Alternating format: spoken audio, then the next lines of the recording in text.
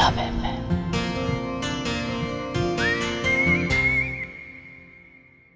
नेहा और रेशमा दो बहनें थीं। नेहा छोटी और रेशमा बड़ी।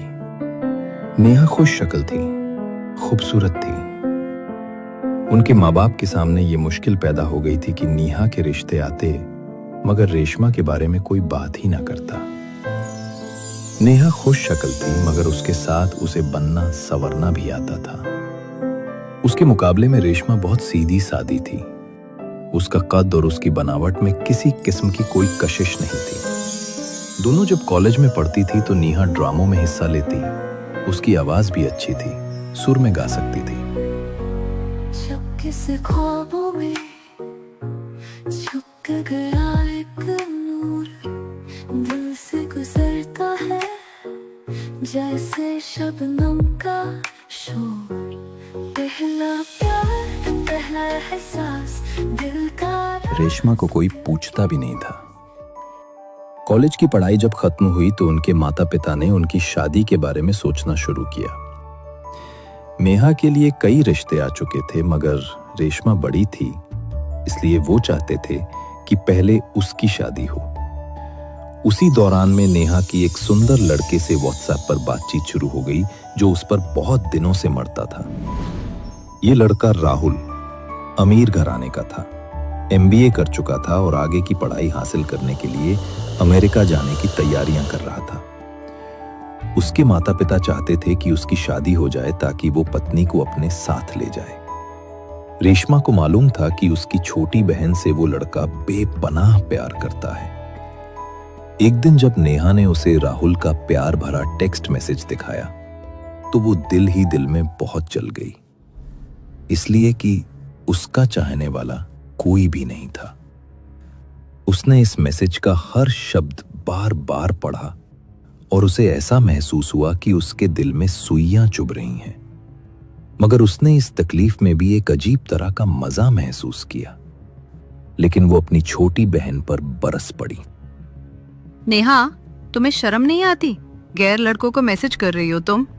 दीदी, इसमें क्या बुराई है? बुराई? सरासर बुराई है। अच्छे घरों की लड़कियां ना ऐसी हरकतें नहीं करती हैं। तुम उस लड़के राहुल से प्यार करती हो? हाँ। लानत है तुम पर। देखो दीदी, प्यार करना कोई अपराध तो नहीं। प्यार प्यार, आखिर ये क्या बकवास है? नेहा ने घटिया अंदाज में कहा। जो आपको नसीब नहीं। रेशमा को समझ में ना आया कि वो क्या कहे। उसने गुस्से में आकर उसने छोटी बहन के मुंह पर जोर का थप्पड़ मार दिया। बदतमीज, तुम्हें शर्म नहीं आती? घर के सम्मान का तो ख्याल किया होता। कल मुही कहीं की चुड़ैल। चुप करो दीदी। मैं क्यों किसी के बारे में सोचूं जब कोई मेरे बारे में नहीं सोच रहा। और मैं सिर्फ प्यार ही तो करती हूँ। मैंने गलत क्या किया है? चुप करो, तुम्हारे ये प्यार के ड्रामे बहुत हो गया। चुप करिए आप इस वजह से मुझसे जलती हैं क्योंकि आपको कोई नहीं देखता। चुप कर बदमाश कहीं की। प्यार? हाँ, ये प्यार क्या भला है? ये तो बस एक झूठा ख्वाब है नेहा, एक सस्ता जाल जो तेरी खूबसूरती को एक दिन लूट कर ले जाएगा। ये राहुल तेरी खूबसूरती का भूखा भेड़िया है, फायदा उठा रहा है तेरे चेहरे की चमक का। उसे तेरा प्यार कहाँ चाहिए? उसे तो बस तेरा नाजुक शरीर चाहिए, रातों की भूख मिटाने को। और तू अंधी हो गई है। माता पिता का सोच कभी। ऐसे प्यार करेगी तो बाजारू औरत बन जाएगी। रेशमा उसको ये कोसती रही कि वो एक अनजान लड़के से प्यार कर रही है और नेहा उससे ये कहती रही कि वो जलती है इसलिए कि उसकी तरफ कोई लड़का आंख उठाकर भी नहीं देखता। रेशमा शारीरिक रूप से अपनी छोटी बहन के मुकाबले में काफी ताकतवर थी। इसके अलावा उसे नफरत भी थी जिसने उसके अंदर और भी ताकत पैदा करती थी। उसने नेहा को खूब पीटा और खुद अपने कमरे में जाकर बेइंतहा रोने लगी। नेहा ने घर में इस हादसे के बारे में कुछ ना कहा। रेशमा शाम तक रोती रही। बेशुमार ख्याल उसके दिमाग में आए। वो शर्मिंदा थी कि उसने महज इसलिए कि उससे कोई प्यार नहीं करता अपनी बहन को, जो बड़ी नाजुक है, पीट डाला। वो नेहा के कमरे में गई, दरवाजे पर दस्तक दी और कहा, नेहा। नेहा ने कोई जवाब नहीं दिया। रेशमा ने फिर जोर से दस्तक दी और रोनी आवाज में पुकारा, मैं माफी मांगने आई हूं। भगवान के लिए दरवाजा खोलो। रेशमा 10 से 15 मिनट तक दहलीज के पास आंखों में आंसू लिए खड़ी रही।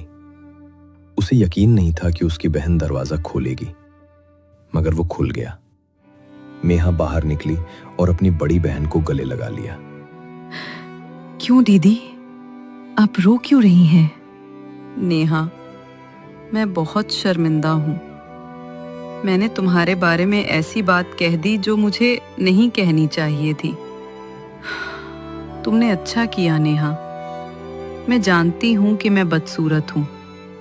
भगवान करे तुम्हारा सौंदर्य कायम रहे। दीदी, मैं बिल्कुल भी सुंदर नहीं हूं। अगर मुझ में कोई भी खूबसूरती है तो मैं प्रार्थना करूंगी कि भगवान उसे मिटा दे। मैं आपकी बहन हूं और अगर आप मुझे आदेश दें तो मैं अपने चेहरे पर तेजाब डाल दूंगी। कैसी फिजूल बातें करती हो? क्या बिगड़े हुए चेहरे के साथ तुम्हें राहुल कबूल करेगा? मुझे यकीन है।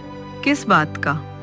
वो मुझसे इतना प्यार करता है कि अगर मैं मर जाऊं ना तो वो मेरी लाश से शादी करने के लिए भी तैयार है।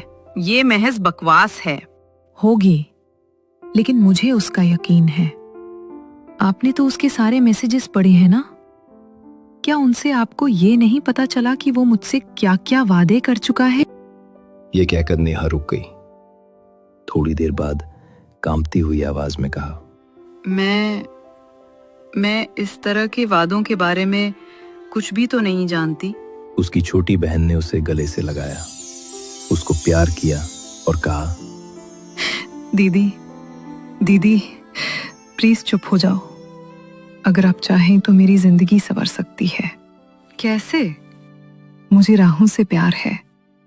मैं उससे वादा कर चुकी हूं कि अगर मेरी कहीं शादी होगी तो तुम ही से होगी। तो तुम मुझसे क्या चाहती हो? मैं ये चाहती हूं कि आप इस मामले में मेरी मदद करें। अगर वहां से रिश्ता आए तो आप उसके पक्ष में बातचीत कीजिए। माँ और बाबा आपकी हर बात मानते हैं। ठीक है, मैं तुम्हारी मदद जरूर करूंगी मेरी प्यारी बहना। कुछ महीनों बाद नेहा की शादी हो गई। हालांकि उसके माता पिता पहले रेशमा की शादी करना चाहते थे। मजबूरी थी, क्या करते। नेहा अपने घर में खुश थी। उसने अपनी बड़ी बहन को शादी के दूसरे दिन व्हाट्सएप पर मैसेज लिखा जिसमें कुछ इस तरह की बातें लिखी थी, मैं बहुत खुश हूं। राहुल मुझसे बेइंतहा प्यार करता है। दीदी, प्यार अजीबोगरीब चीज है। मैं बेहद खुश हूं। मुझे ऐसा महसूस होता है कि जिंदगी का सही मतलब अब मेरी समझ में आया है। भगवान करे आपको भी ये खुशी नसीब हो। राहुल, तुम उससे 1 मिनट के लिए भी दूर रहना नहीं चाहते। वो जब वापस आते हैं तो हमेशा हर पल मेरे साथ बिताते हैं। इसके अलावा और बहुत सी बातें इस मैसेज में थी जो एक बहन अपनी बहन को लिख सकती है। रेशमा ने यह मैसेज पढ़ा और बहुत रोई। उसे ऐसा महसूस हुआ कि उसका हर शब्द एक हथौड़ा है जो उसके दिल पर चोट पहुंचा रहा है। क्या रेशमा की जलन अब आग बन जाएगी जो सब कुछ जला देगी? राहुल की वापसी के साथ घर में तूफान मचेगा, लेकिन क्या वो तूफान बहनों को अलग कर देगा? जानने के लिए देखिए इस कहानी का अगला भाग सिर्फ लव FM पर। Love FM.